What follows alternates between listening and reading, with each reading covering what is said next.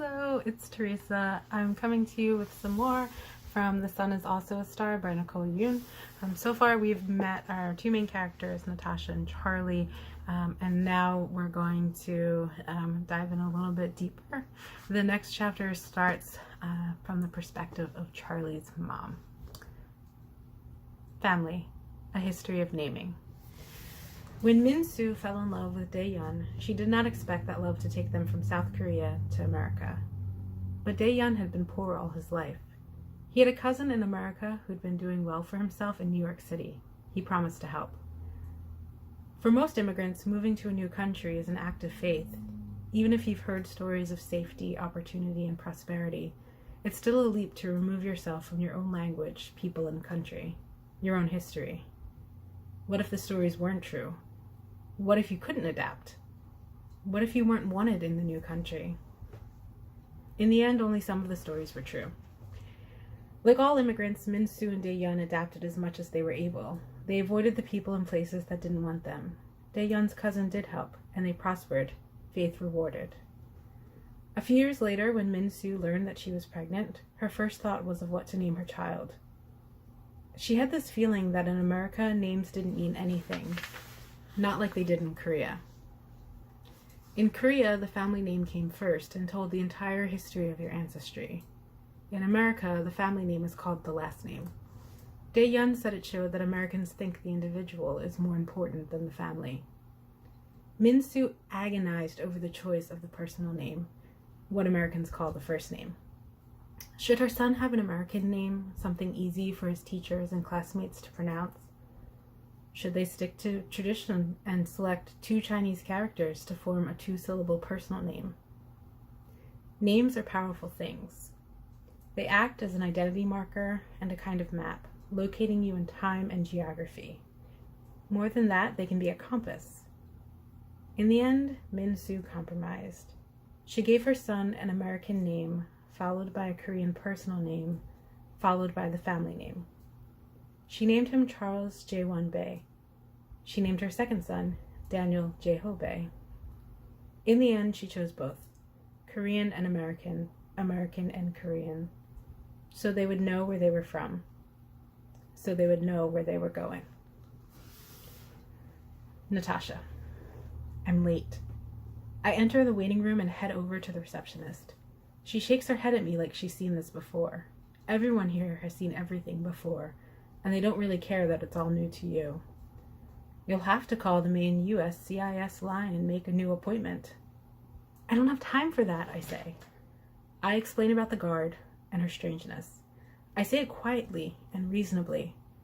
She shrugs and looks down. I am dismissed.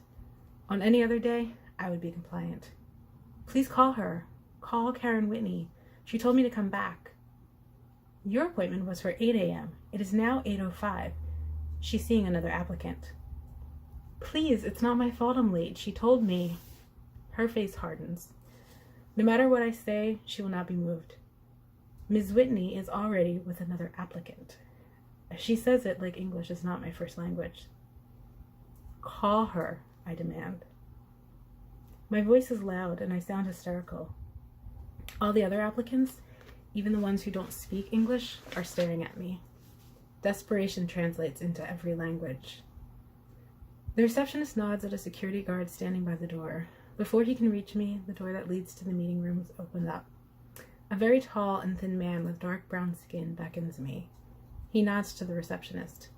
It's all right, Mary. I'll take her. I walk through the door quickly before he changes his mind. He doesn't look at me, just turns and starts down a series of hallways. I follow silently until he stops in front of Karen Whitney's office. Wait here, he says to me.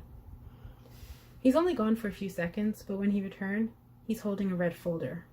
My file. We walk down another hallway until we finally come to his office. My name is Lester Barnes, he says. Have a seat. He holds up a hand to silence me. Everything I need to know is in the file. He pinches the corner of the folder and shakes it at me. Do yourself a favor and stay quiet while I read it. His desk is so neat, you can tell he prides himself on it. He's got a matching set of silver-colored desk accessories, a pen holder, trays for incoming and outgoing mail, and even a business card holder with LRB engraved on it.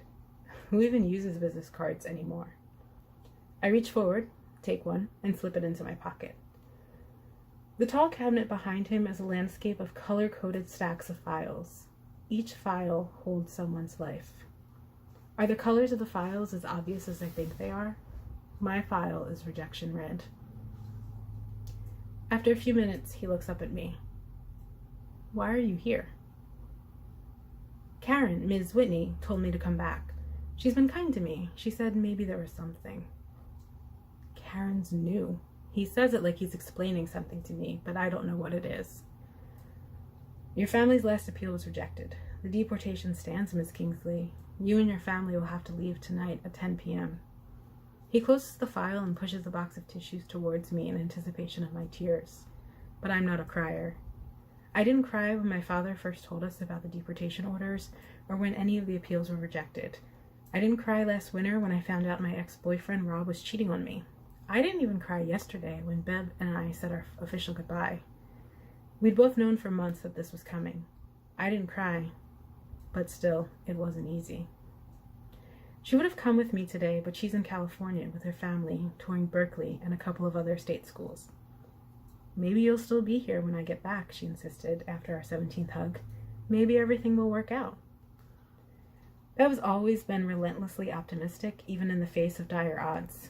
She's the kind of girl who buys lottery tickets. I'm the kind of girl who makes fun of people who buy lottery tickets. So I'm definitely not going to start crying now. I stand up and gather my things and head toward the door. It takes all my energy to continue not being a crier. In my head, I hear my mother's voice. Don't let your pride get the better of you, Tasha. I turn around. So there's really nothing you can do to help me? I'm really going to have to leave? I say it in such a small voice that I barely hear myself. Mr. Barnes doesn't have any trouble hearing. Listening to quiet, miserable voices is in his job description. He taps the closed file with his fingers. Your dad's DUI. It's his problem. Why do I have to pay for his mistake?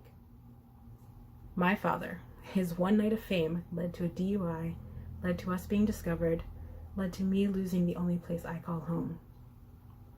You're still here illegally, he says, but his voice is not as hard as it was before.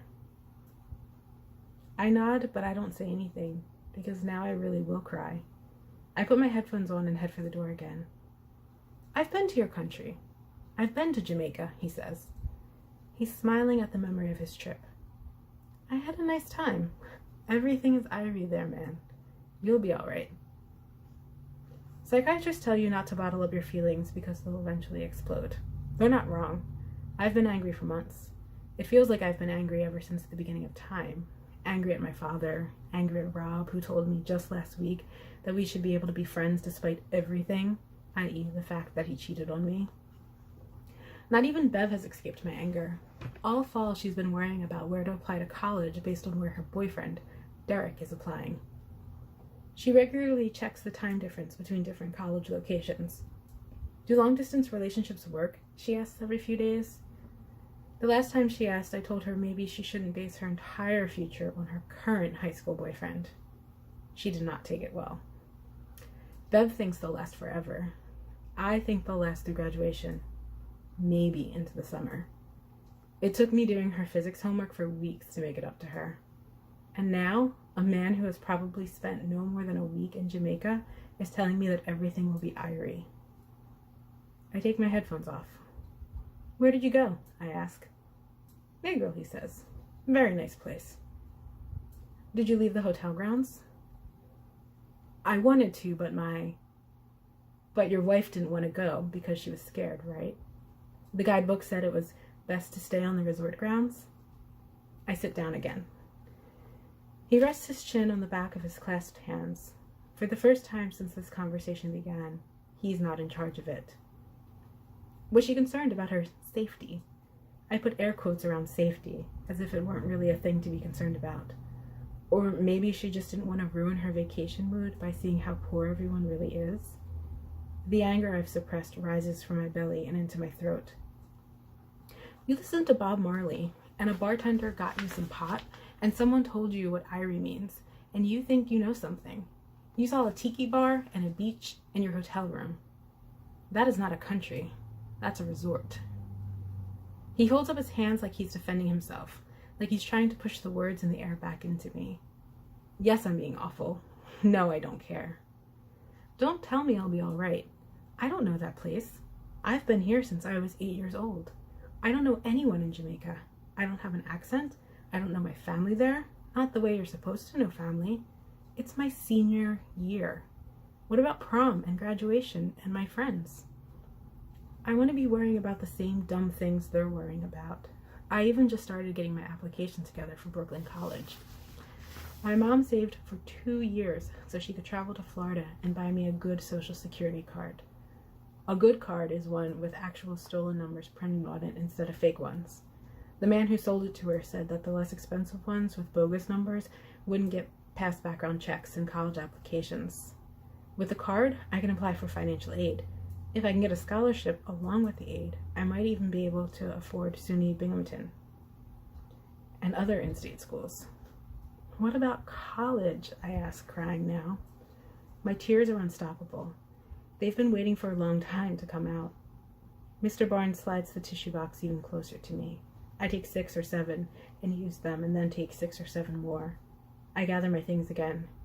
Do you have any idea what it's like not to fit in anywhere? Again, I say it too quietly to be heard, and again he hears me. I'm all the way to the door, my hand on the knob, when he says, "Miss Kingsley, wait." And that's where we're going to stop today. I hope you join me again as we pick up this story. Thanks for staying with me. Bye.